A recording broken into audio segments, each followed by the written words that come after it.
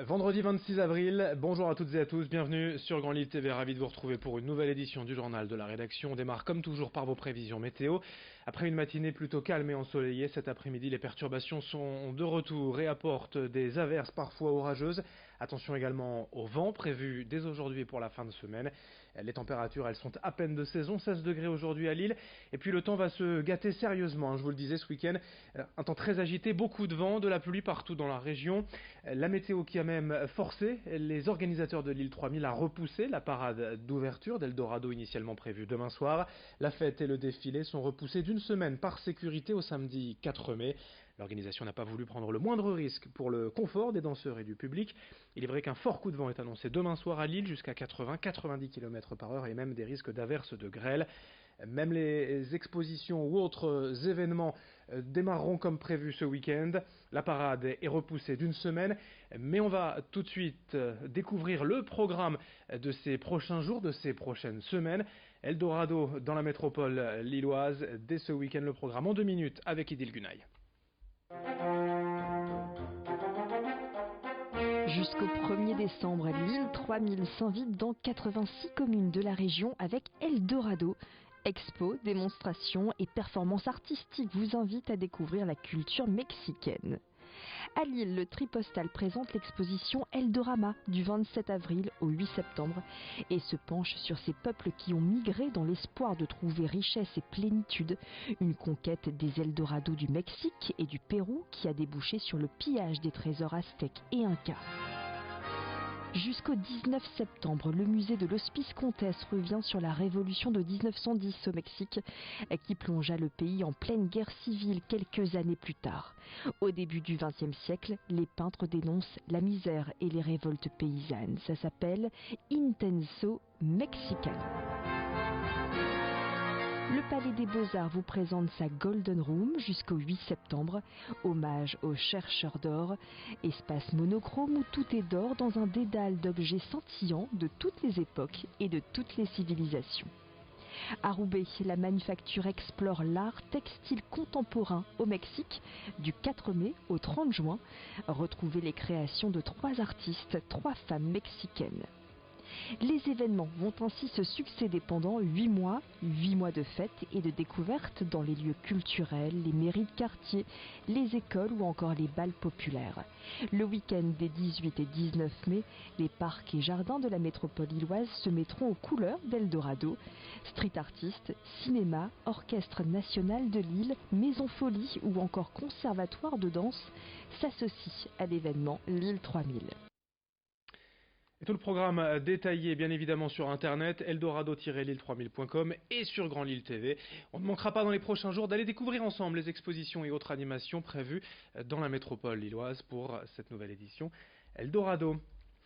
L'actualité également marquée par le jugement la semaine dernière concernant Denis Baupin, ex-cadre du parti d'Europe Écologie Les Verts. Plusieurs journalistes et plusieurs femmes du parti ont été relaxées. Elles ont été d'abord accusées par Denis Baupin de diffamation. Elle l'accusait d'agression sexuelle.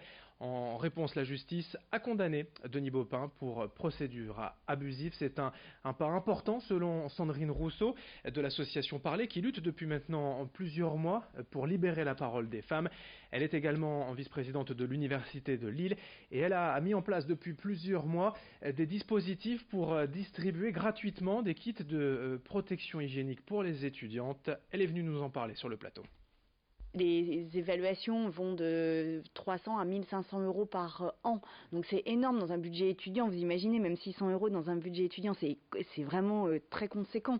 Donc on a fait cette distribution gratuite de protection périodique et on la refera très régulièrement pour que les femmes et les étudiantes de l'Université de Lille puissent profiter de cet argent pour acheter un livre, ce qu'elles veulent, et puis qu'elles n'aient pas à choisir non plus entre un paquet de pâtes et un paquet de serviettes hygiéniques, ce que nous ont dit des étudiantes lors de la distribution. Elle a dit « Ah, j'ai un paquet de serviettes, je vais pouvoir m'acheter mon paquet de pâtes ».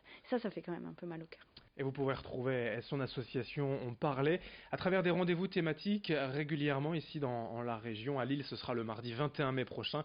Il y a un site internet associationparler.fr, une page Facebook également. Et dans ce journal également du sport, du basket avec le LMBC qui joue demain soir à domicile au Palais Saint-Sauveur. C'est la 29e journée de Pro B, ce sera face à Poitiers. Alors actuellement 12e du championnat, les Lillois n'ont plus aucun espoir d'accrocher les playoffs. Le club espère simplement bien finir la saison. Cette année a décidément été compliquée pour le LMBC avec beaucoup de blessures et un collectif qui a du mal à trouver le rythme. Lille reste tout de même sur une victoire cette semaine face à Blois. L'entraîneur Jean-Marc Duprat espère que ses joueurs pourront profiter de la dynamique pour finir la saison en beauté. Quant à la saison prochaine, il est peut-être encore un peu tôt pour en parler. On écoute l'entraîneur lillois au micro de Lucie Libert-Constant. C'est un peu trop tôt pour en parler, mais c'est vrai qu'on a fait le pari de la stabilité. Mais en même temps, la stabilité en amputant l'équipe de 3 éléments majeurs. Donc je pense surtout qu'il faut retenir les leçons, c'est d'avoir un effectif peut-être plus étoffé dès le début de la saison. D'avoir 10, voire 11 ou 12 vrais joueurs. Alors peut-être un ou deux jeunes, mais un ou deux jeunes de bon niveau qui font les 11e et 12e. Au moins en cas de blessure, on a des ressources. Ce qui nous est arrivé l'année dernière, on en a eu des blessures, mais on avait des ressources sur place. Là, il a fallu attendre, aller chercher des pigistes. Ça n'a pas été simple, donc je pense que c'est une des leçons à retenir. Le LMBC face à Poitiers, en basket en Pro B demain soir, donc 20h au Palais Saint-Sauveur à Lille. En basket toujours, la 4e journée de play-down de Ligue féminine. Le match du maintien peut-être demain soir à domicile pour l'ESBVA face à Nantes-Rezé à 20h au Palacium. Une victoire et Villeneuve d'Ascq sera maintenue dans l'élite du basket français. On va également suivre le volleyball féminin ce samedi puisque les Louves, les volleyeuses de Marc-en-Barœul, peuvent créer l'exploit face à Mulhouse, le grand favori pour le titre qui a dominé la saison régulière. Les volleyeuses marquoises ont remporté le match aller des quarts de finale de play-off cette semaine à domicile 3-7-0. Elles jouent donc demain soir à Mulhouse pour un exploit se qualifier en demi-finale. Et puis pour terminer, la Ligue 1, le football. Le LOSC reçoit à Nîmes, 9e au classement, dimanche à 15h au stade Pierre-Mauroy. L'objectif bien sûr conserver cette 2e place pour les Lillois.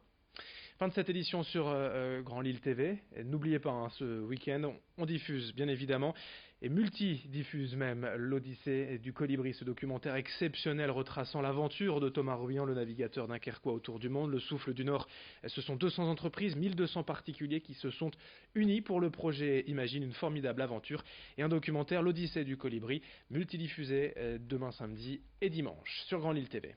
A tout de suite pour vos prévisions météo.